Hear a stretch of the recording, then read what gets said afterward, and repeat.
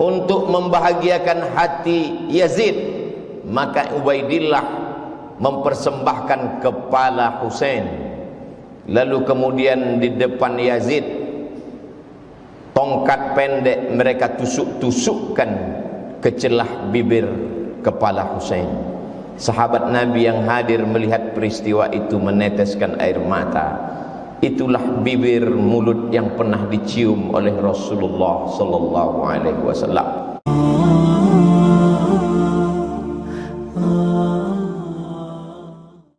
Alhamdulillah, wassalatu wassalamu ala Rasulillah Sayyidina wa maulana Muhammad ibni Abdillah wa ala alihi wa sahbihi wa man tabi'ahu wa mawala.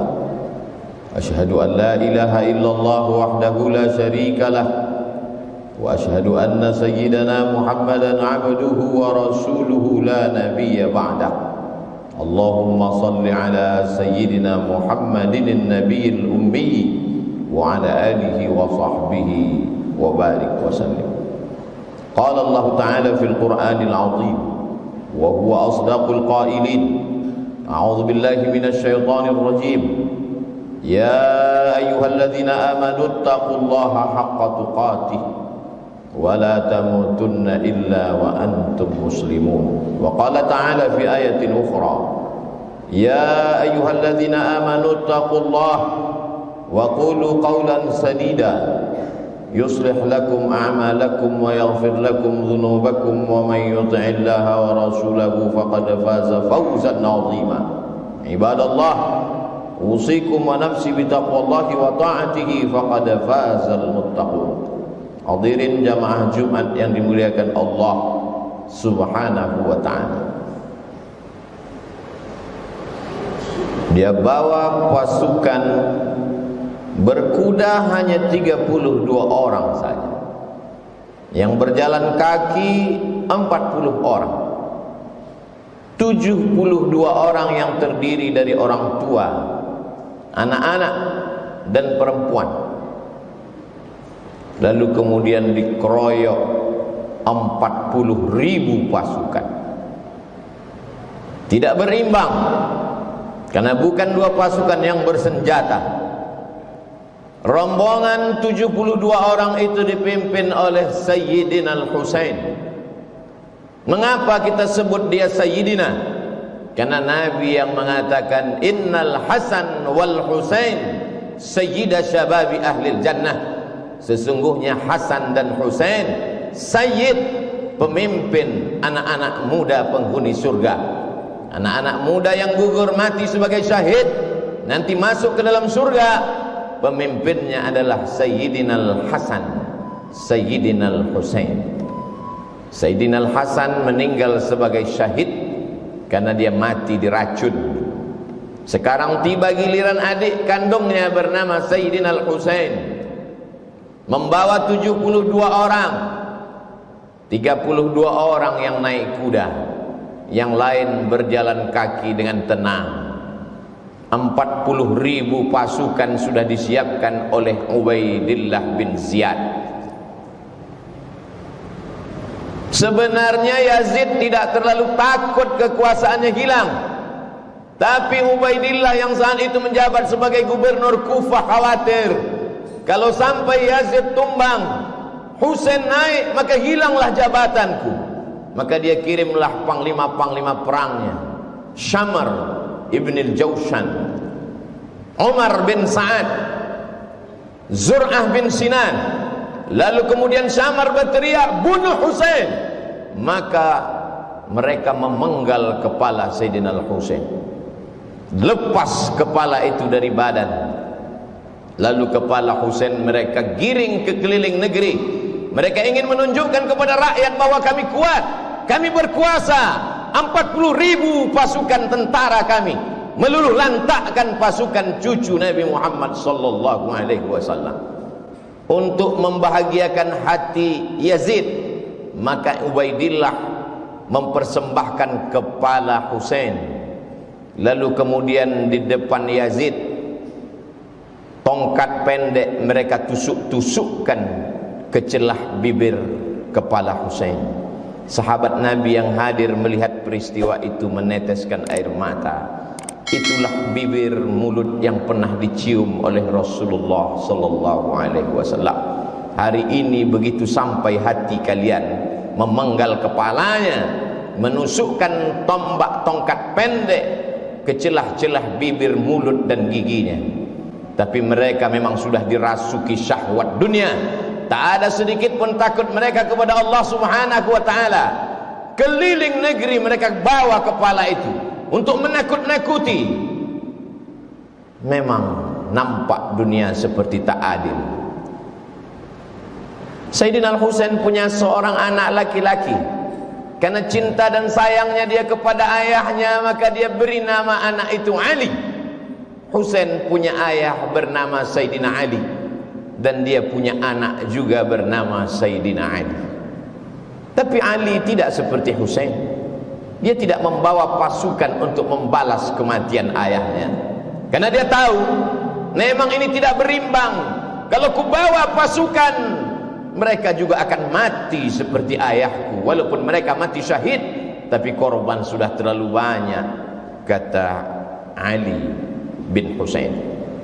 Dia merubah strategi lain. Apa yang dia lakukan? Imam Az-Zahabi dalam kitab Syiar A'lam An-Nubala bercerita bahwa Ali bin Husain malam-malam berkeliling, tidak dengan pedang, tidak dengan tombak, tidak memakai baju besi, karena dia tidak membawa slogan perang. Apa yang dilakukan Ali anak Husain? Dia membawa gandum ke rumah-rumah fakir miskin. Di tengah malam dia berkeliling negeri.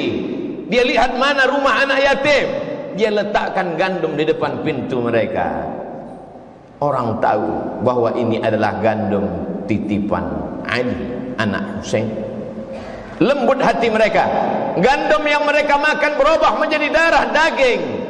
Hati mereka sudah direbut oleh Ali anak Husain. Dia merasa tidak lagi ada manusia yang layak untuk mendengarkan rintihan sedihnya atas kematian ayahnya.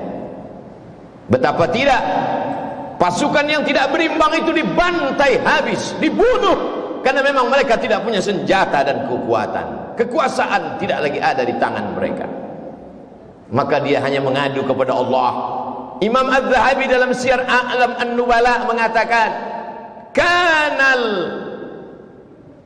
Ali ibn al-Husain yasjudu lillah fil yaumi wal laylah alfa sajadah. Sehari semalam Ali anak Husain bersujud kepada Allah 1000 kali sujud. Solat sunat dia perbanyak, tahajud dan witir bermunajat kepada Allah. Dihitung semua solat sunatnya, 1000 kali sujud dia bersimpuh di hadapan Allah. Maka dia dikenal dengan nama Ali As-Sajjad. Sajjad diambil dari kata sujud. Orang yang paling banyak sujud bergelar As-Sajjad, maka dia bergelar Ali As-Sajjad. Saking banyak zikir dan tasbihnya, dia bergelar Zainal Abidin. Zainal perhiasan, Abidin orang yang banyak ibadah. Zainal Abidin perhiasan orang yang paling banyak beribadah. Dia robah strategi, dia robah cara. Tidak hanya satu cara mendekatkan diri kepada Allah. Kalau dulu ayahku dengan pedang sehingga gugur sebagai syahid, maka aku, kata Ali Zainal Abidin, dengan strategi yang lain, berbagi makanan sesuai dengan sunnah Nabi Muhammad SAW. At'imut ta'am, absyus salam, tebarkan salam. At'imut ta'am, bagi makanan. Wasallu bil laili wan nasu niyam. Ketika orang sedang tidur, disitulah engkau bermunajat, mengadu kepada Allah Subhanahu wa ta'ala. Maka dia bergelar Ali Zainal Abidin, Ali As-Sajjad, untuk membedakan dengan Ali bin Abi Talib. Ali bin Abi Talib kakeknya, Husain ayahnya. Ali As-Sajjad adalah dia, Ali Zainal Abidin adalah dia. Ali As-Sajjad, Ali Zainal Abidin, anak Husain, anak Fatimah, anak Sayyidina wa Maulana Muhammad sallallahu alaihi wasallam. Sampai suatu ketika seorang sultan raja bernama Hisham bin Abdul Malik. Kisah ini diriwayatkan oleh Al-Farazdaq. Pada saat musim haji, sultan, raja di raja, sedang melaksanakan haji. Saat dia umrah, ingin mencium Hajar Aswad, penuh Hajar Aswad, tak dapat dia cium. Pada putaran kedua, dia ingin mencium Hajar Aswad, melimpah manusia, tak dapat dia mencium. Pada putaran ketiga, keempat, kelima, keenam, sampai 7 putaran, sekalipun tak dapat dia mencium Hajar Aswad. Hisham bin Abdul Malik, raja dari Yaman sampai ke Mesir, sampai ke Andalusia. Tapi kemudian di celah-celah jamaah yang ramai itu, dia heran. Ada sesosok manusia yang biasa, pada putaran pertama dia mencium Hajar Aswad, semua orang memberikan jalan. Pada putaran kedua, orang pergi menyamping memberikan jalan kepadanya, mencium Hajar Aswad.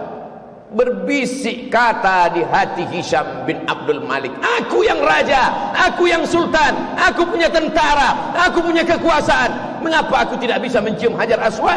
Mengapa orang selalu menghalangiku? Siapa laki-laki itu yang setiap putaran dia mencium Hajar Aswad? Al-Farazdaq menjawab dengan syairnya, itulah dia Ali, anak Husain, yang ayahnya dulu kalian hantam, kalian bantai. Sekarang dia menang tidak dengan pedang, sekarang dia menang tidak dengan tombak. Hatinya menjadi raja di hati umat. Di hati umat dialah raja. Di mata kalian Hisham bin Abdul Malik lah raja, tapi di hati orang beriman, raja mereka adalah Ali Zainal Abidin. Hari ini begitu banyak orang bernama Ali Zainal Abidin. Cobalah hitung di negeri, di kampung, di kota. Coba kita pejamkan mata dari sejak kita SD sampai kuliah, berapa orang nama Ali Zainal Abidin?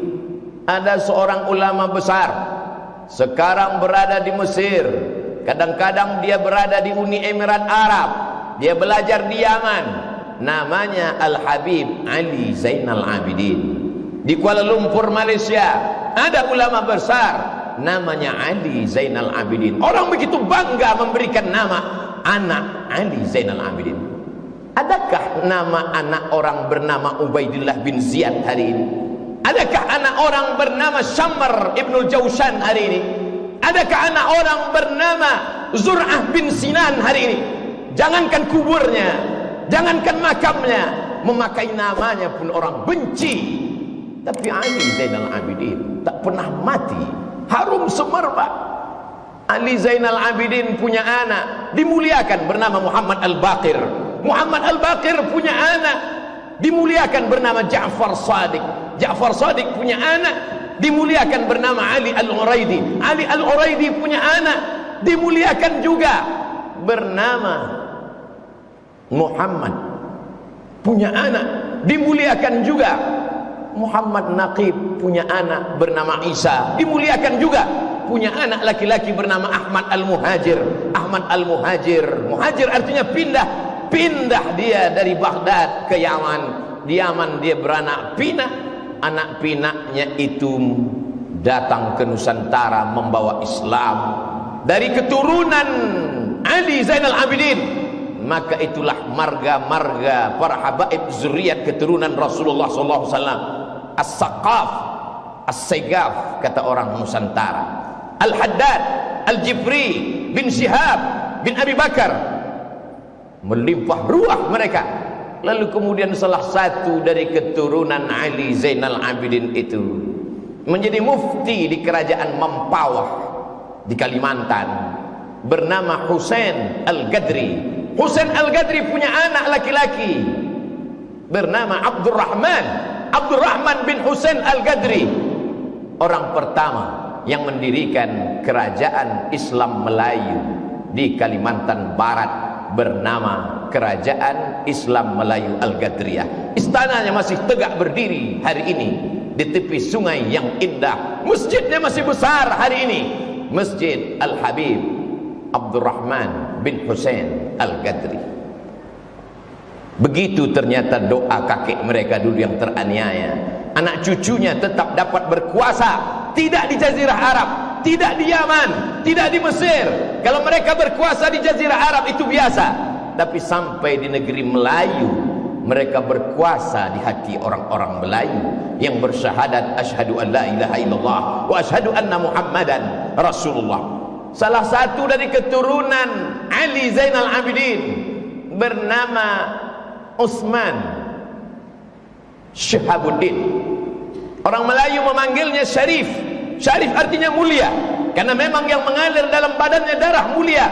Datanglah Syarif Utsman Syahabuddin ke negeri bumi lancang kuning.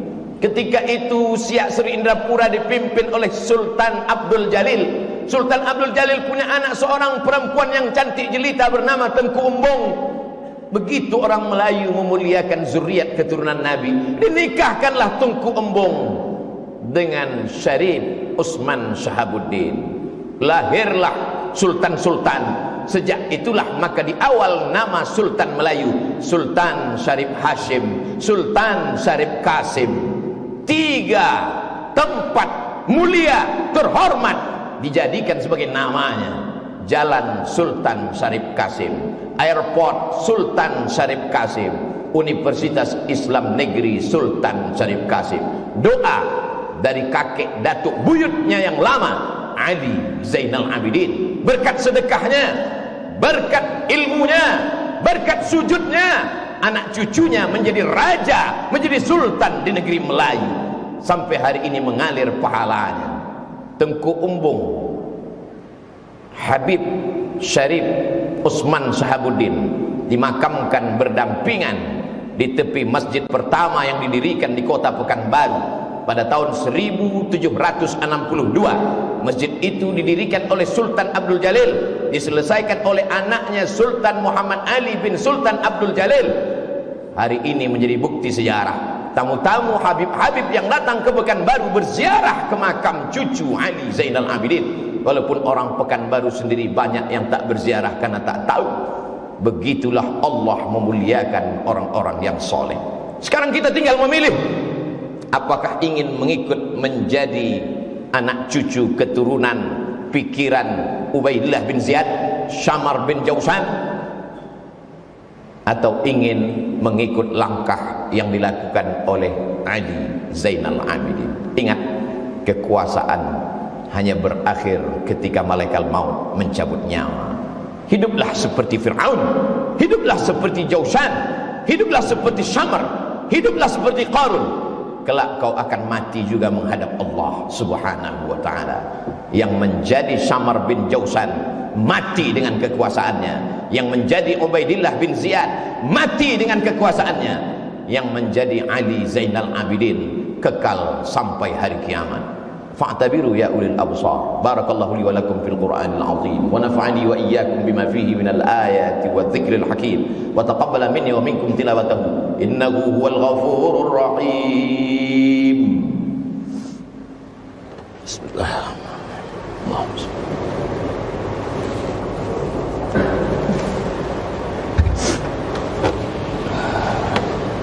Alhamdulillahilladzi bi ni'matihi tatimmu shalihat wassalatu wassalamu ala sayyidis sadat wa ala alihi wa ashabihi ahli al-fadaili wal karamat.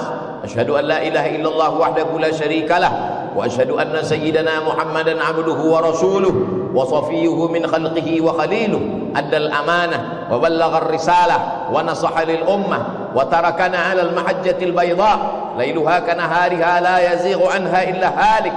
Allahumma salli ala sayyidina Muhammadin an-nabiyil ummi wa ala alihi wa sahbihi wa barik wa sallim.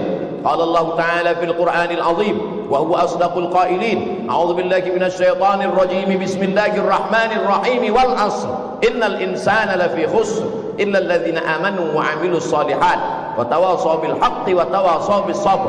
Qala ta'ala fi ayatin ukhra. Inna Allaha wa malaikatahu yusalluna 'alan nabi ya ayyuhalladzina amanu sallu 'alaihi wa sallimu taslima. Allahumma ighfir lil muslimina wal muslimat wal mu'minina wal mu'minat al ahya'i minhum wal amwat bi rahmatika ya arhamar rahimin. Allahumma 'izzal islam wal muslimin wa khudhil kafarata wal musyrikin wa dammir a'da'aka a'da'ad din Allahumma ansur man nasara ad-din, Allahumma anzil rahmata was salamata wal barakata ala hadhihi al-jamaah, Allahumma dafa' 'anna al-ghala wal waba wal fahsya wal riba wal zina wal munkar wasuyub al mukhtalifata wasyada'id wal mi'an min baladina hadha Indonesia khassa wa min buldanil muslimina 'ammah.